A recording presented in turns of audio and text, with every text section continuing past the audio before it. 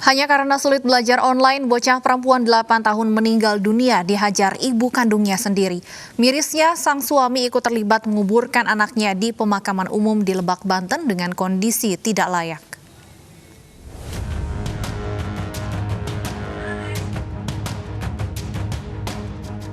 Saya nggak punya niatan buat ngebunuh anak saya.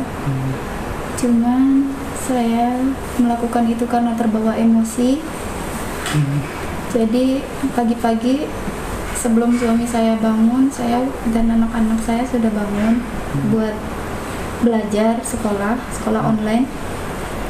Nah, di situ saya menyuruh anak-anak saya nulis yang saya bilang, yang saya ucapin dan saya contohin. Satunya mengikuti, tapi satunya tidak mengikuti. Satunya mengikuti, tapi satunya tidak mengikuti. Lalu di situ saya bilang, suruh tulis yang benar, saya bilang. Inilah pengakuan Lia, ibu yang tega menghabisi nyawa putri kandungnya Keisha Shafiah hanya karena kesal korban tidak mengerti belajar secara online. Pembunuhan keji ini terjadi 26 Agustus lalu di kontrakan tempat tinggal korban di Tangerang, Banten. Korban disiksa sang ibu lantaran tidak fokus saat belajar online. Dengan sadis, sang ibu menganiaya korban hingga meregang nyawa.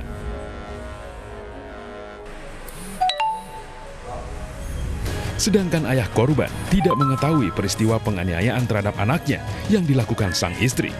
Karena dibujuk sang istri, ia kemudian tidak melaporkan kejadian ini ke polisi dan membantu menguburkan korban. Saat itu, ia bersama istri dan kembaran korban membawa jenazah Keisha dengan motor ke Cijaku, Lebak, Banten untuk dikuburkan di dekat makam neneknya. Usai menguburkan putrinya dengan pakaian lengkap, pasangan suami istri ini kembali ke Jakarta. Pelaku kemudian melapor ke polisi dan berpura-pura mencari putrinya hilang. Karena saya takut istri saya masuk ke polsek, Pak, karena saya kasihan sama anak saya yang satunya nggak ada yang ngurusin, Pak. Itu nggak langsung kepikiran ke Banten itu, Pak, enggak. Tapi atas kesepakatan kamu berdua dibawa ke Banten. Iya. Untuk mengenakan jejak perkebunan di daerah Cijaku. Iya. Biar dekat. Coba jelasin. Ya nguburnya sih, ya kayak gitu sih, Pak, asal. Siapa yang menggali kuburnya siapa? Kalau gali kuburnya sih gantian, Pak. Imam sendiri? Iya, gantian sama Siapa? istri. Ya, saya pinjem cangkul. Ya? Pinjem cangkul, Pak. Ke siapa sih? Sementara itu pemilik cangkul mengaku trauma karena tidak menyangka cangkul yang ia pinjamkan digunakan untuk mengubur korban pembunuhan. Kini polisi menetapkan kedua orang tua korban sebagai tersangka. Para tersangka dijerat pasal berlapis dengan ancaman 15 tahun penjara. Kami mendapati informasi pelaku ini sempat menganiaya korban, sering, karena dari beberapa dokumentasi yang kita dapati bahwa korban ini sempat mengalami ada foto lebam dan di bagian mata dan di bagian mulut. Iya, Pak David, diketahui korban juga memiliki kembaran. Bagaimana saat ini kondisi anak lain dari pelaku? Untuk kembarannya sudah kami lakukan koordinasi dengan P2 TP2A Kabupaten Lebak untuk pendampingan saudari kembar tersebut kepada kakak kandung tersangka yang dalam hal pamannya.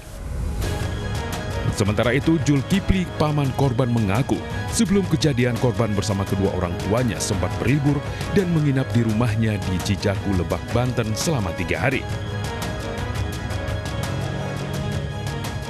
Meski telah diberi garis polisi, hingga kini warga masih terus mendatangi area makam korban.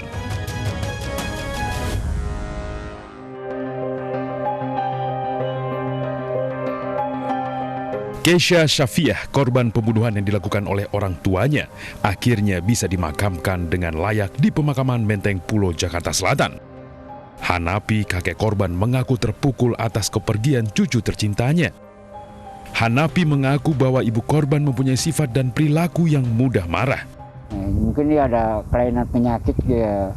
Pernah dulu suaminya pernah cerita bahwa si Lia tuh Pak punya penyakit apa namanya yang dipanggil cepat emosi gitu, cepat marah. Jadi selalu sasarannya anak. Hanafi mengaku geram dan meminta polisi menghukum seberat-beratnya ibu korban yang juga anak Hanafi.